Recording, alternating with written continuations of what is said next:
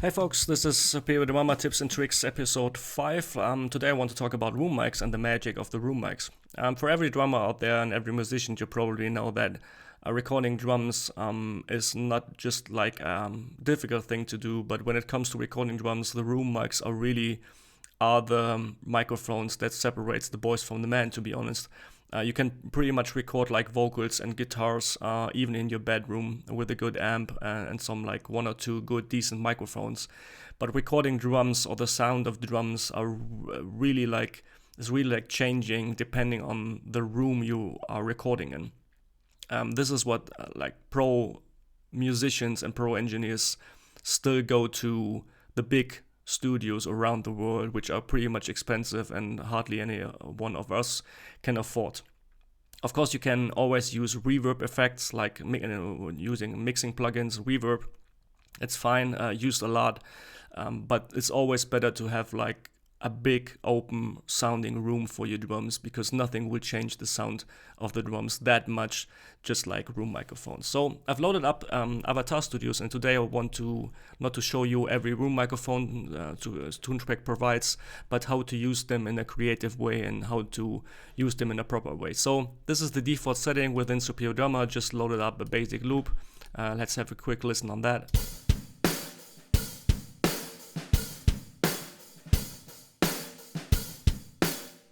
And this is the setting that comes default. Of course, you have some overhead microphones, and then just on the core library Avatar, Superior Drummer provides 3 different pair of stereo mics and 2 different mono microphones, but just concentrate on the ambience close microphones. I will just show you, for the sake of this video, how the sound already dramatically changes when I just mute the ambience close microphones.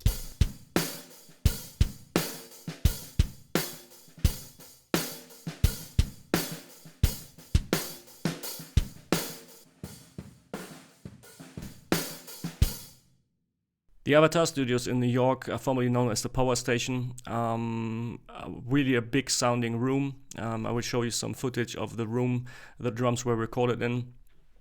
And you can even go a step further, like activate, of course, like the ambience far microphones and the ambience clone microphones. You will need some RAM to load them up. Let's have a listen on that.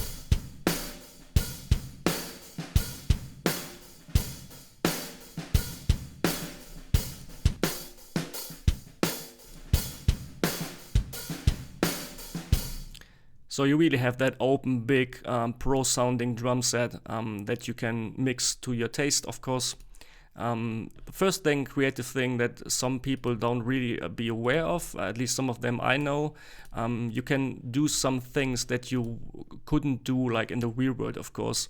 For instance, when you like the sound of those ambient far microphones, but you have the feeling that especially like the cymbals or the kick gets too washy or harsh, you can just use one microphone, for instance the snare, because this is the most obvious one when it comes to room sounding things. This is of course something you cannot do in the real world, because no microphone can capture just a single instrument when you play the drums. But as those are samples recorded like one after another, this is like doable within this software. So I will just, because to make it more obvious, I will deactivate the snare drum with the ambience close microphones and just put the snare drum on those ambience far microphones. So let's take a listen. First without that track, and then we'll slowly blend that in.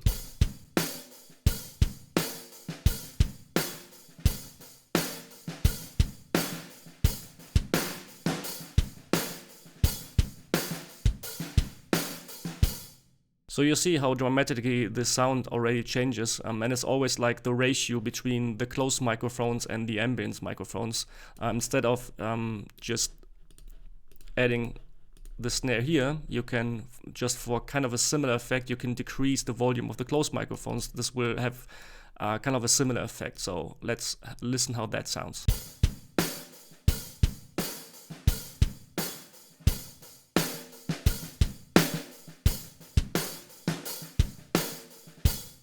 Because that's what's mixing all about, not using plugins first and foremost, but like to mix the different instruments within the song, not only within the drum set, but of course from the drums to all the other instruments going on in a song. So this is the first way. Play around with that. Just use the different microphones solo them, just load them up, solo the channel, listen to them first on its own, then blend it in until you find the sound that sounds good for you, and really be creative with just like, you can like really go crazy. Your creativity is the limit when you say, let's for instance, the hi-hat is too harsh on those overhead microphones, on the close microphones, and even on the ambience mid microphones, and you just activate the hi-hat on the ambience far microphone. Let's have a listen on that.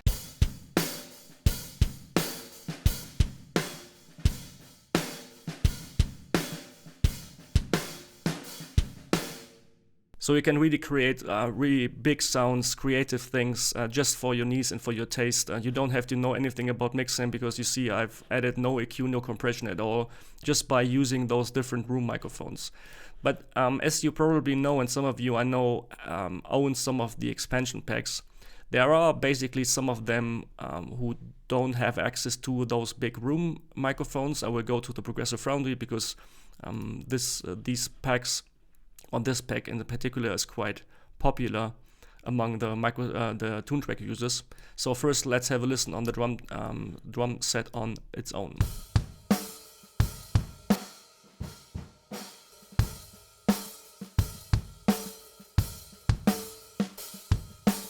Great sounding drums recorded in Sing Sing Studios in Melbourne, but you can immediately hear that the room the drums were recorded in is not that big, just like the Avatar Studios, which we heard before.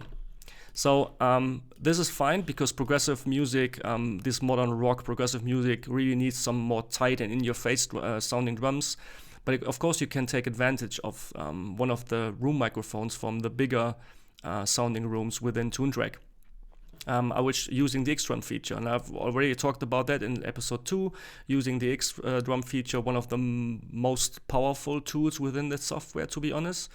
So let's create the same way. We talked about that, you probably know that. Go to Avatar Studio, choose a snare drum, and just for the sake of matching, we'll pick the Ludwig Black Beauty in both cases. Creating MIDI notes to combine them. Note 38. And now it's then, let's rename it, let's say snare room.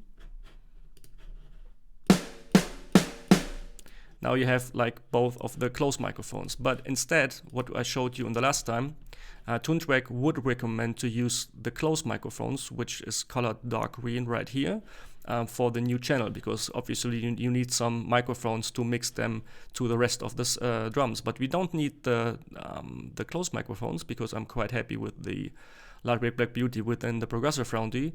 So I just want to use the ambience far microphone, because I just want to use that big sounding room within Superior Drummer. So I just took the ambience far. You see here it's colored blue. This is the new channel, the ambience far microphone. Click OK, go to the mixer section, and you will now see as a last channel, Toontrack created, or the software created, this ambience far microphone. You see there is no sample you can select, but the new snare drum. So what we did now here is we just created the room microphones, and when I now play back the track and solo this microphone, you will just hear the room from the Avatar Studio.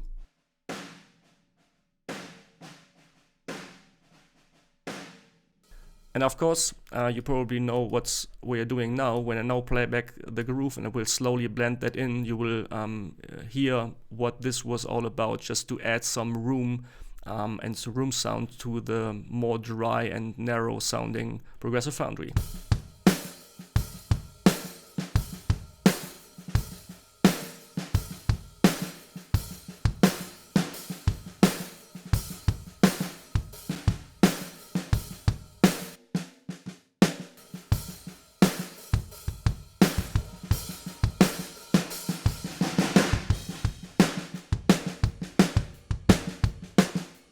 Of course, you can now tweak this channel to taste, EQ it, compress it, mix it to the other room mics, deactivate maybe the snare here from the Ambience clone microphones. As I always said, it's just about your creativity, but this is a nice, cool way to add some depth and some width, especially to those more tighter sounding drum kits or expansion packs like the Progressive Foundry or the Custom Vintage, especially when you really dig those close microphones on those drums because you like how they sound, because they have enough attack and warm energy, but they're lacking some room microphones. Just pick one of the sounding rooms here from which you know they have quite some room microphones to pick from, or you just like the room microphone from one of the other expansion packs. So let's maybe say we will delete this one just on the fly. Kick, snare. Let's pick, let's go to the Metal Foundry. We saw Microsoft microphone assignment, and we picked the chamber, which is kind of a reverb chamber from the Metal Foundry. Go to the mixer. This is the chamber. Activate that. Create the MIDI notes. That's already created, that's fine. And you already hear when I play the groove. So this is really a reverb chamber, and let's do it again, first without and then I blend it in.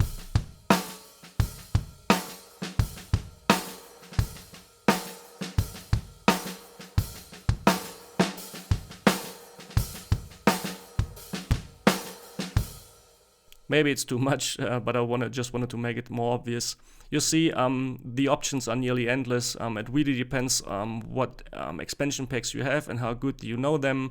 I always suggest or recommend, when you first start with Superior Drummer, having this Avatar Studio, which is like decent and versatile enough to cover every genre.